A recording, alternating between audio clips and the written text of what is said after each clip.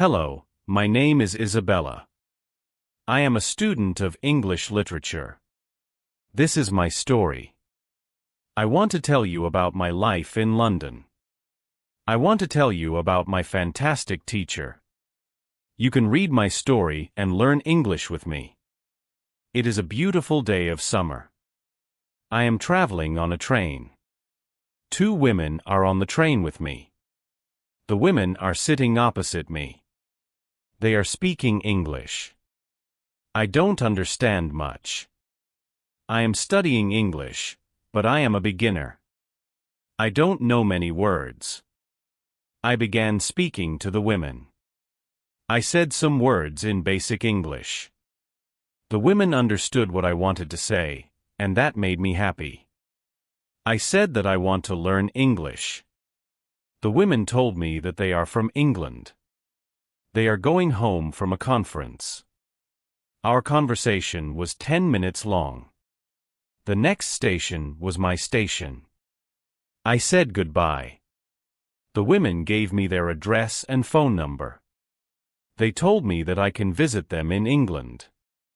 Then we said goodbye. After this meeting, I worked on my English every day. I translated texts and watched films in English. In 6 months, my English was improved. It was good now, but I wanted to learn more. I went to London. I wanted to study English in London. When I was in London, I joined a school. My first lesson was on Monday. I met my teacher and other students in the class. My teacher was a young and fine lady. She was very nice and humble. We introduced ourselves and then proceeded with the lesson. Our teacher had a question for us. She wanted to know our general knowledge about the language. Our teacher told us that she can teach through a very effective method to learn English. This method was very simple. Our teacher told us that we would not have to study. We wouldn't have to read textbooks, but we would have to use English a lot in our daily lives. It turned out very effective for me.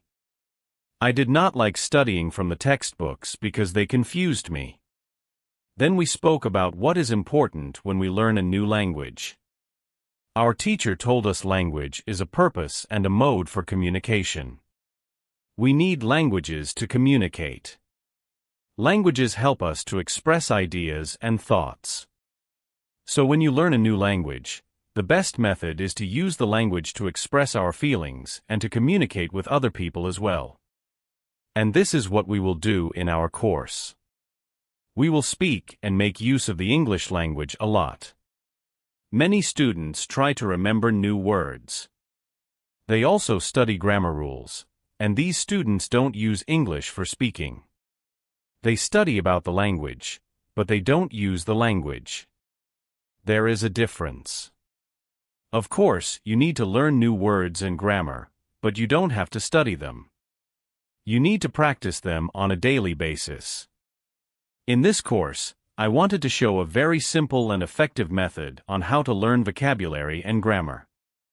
I like what our teacher says. Our lesson continues. We spoke about our hobbies and what we like to do in our time. We spoke in pairs or with our teacher. I enjoyed taking classes. I am really happy. This system of learning turned out to be very good and effective for me. Chapter 2: How I Learned Vocabulary. I went to school on Tuesday again. One of the students asked a question which was interesting for me.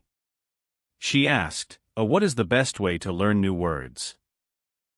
Our teacher told us there are many things you can do to learn new words. I will tell you what is statistically the most effective way for learning new words. It is reading. When people read, they learn new words of their language. They learn twice as fast as people who don't read.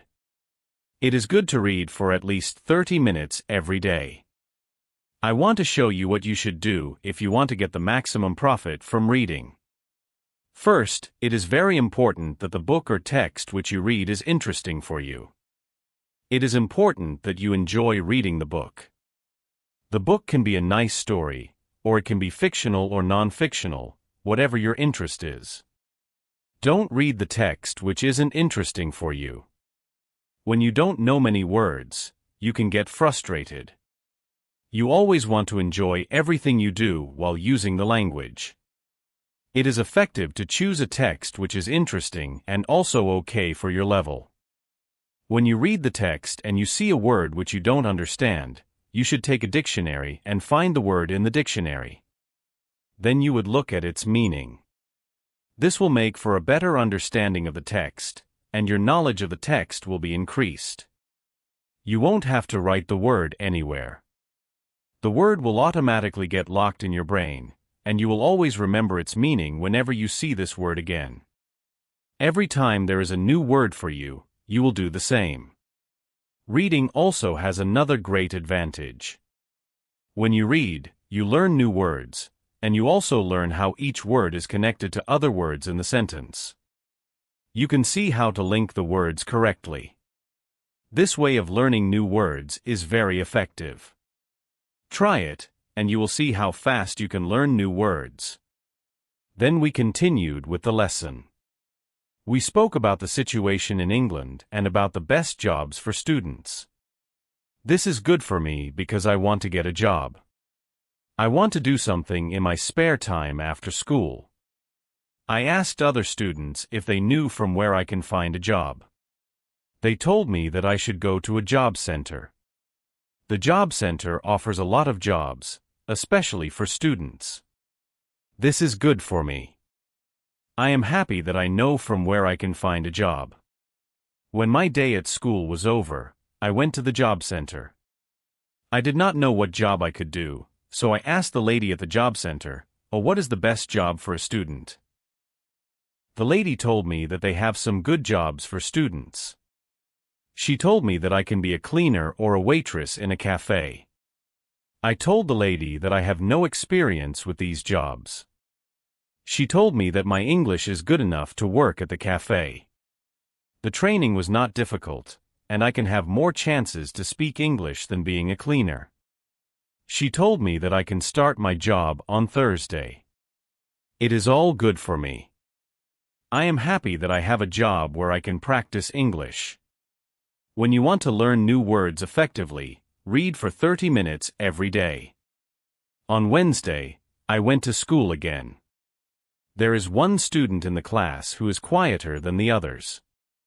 He is from South Korea. When our teacher asked if we had any questions for her, this student from Korea said that he has a question. He said that he has a big problem with pronunciation. He knew that his pronunciation is not very good, but he did not know how to improve it. He doesn't speak much because he doesn't want others to listen to his bad pronunciation. He said that he reads and watches films in English a lot. He understands very well, but he also wants to improve speaking. He asked if there is something he could do to be better at pronunciation. When my teacher heard this, she said, "Okay, I will tell you something about pronunciation and how to practice it. I will also teach you techniques which can help all of you to become better at pronunciation. First, we have to look at why students have problems with pronunciation. When we speak, we have to move our mouths. We have to use muscles in our mouths. We all do that. The problem is that when you speak English, sometimes you use your muscles the same way you would use them in your native language. Then your pronunciation is different from the pronunciation of native speakers.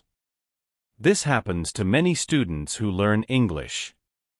Almost everybody has a little different pronunciation than they should have. In fact, it is not a big problem because usually people understand what you want to say even if your pronunciation is not perfect. However, you can work on your pronunciation and make it better by a great technique which can help you a lot. The name of this technique is shadowing. The technique is very simple. When you do shadowing, you simply copy the sound which you hear. When children learn their first language, they learn it by copying. They copy after their parents again and again, and one day their pronunciation becomes perfect. You can learn English pronunciation the same way. This is what you can do. You take some videos or audio recordings which are not very fast and which you can understand very well. You listen, and you copy what you hear when you hear it. That is all. Then our teacher went to YouTube, and she searched for the shadowing technique. She found good videos where the shadowing technique was very well demonstrated. We watched the video, then we all tried to do shadowing for about 3 minutes. Then our teacher told us, as shadowing is also good when you are preparing for a presentation in English, and you want to have good pronunciation.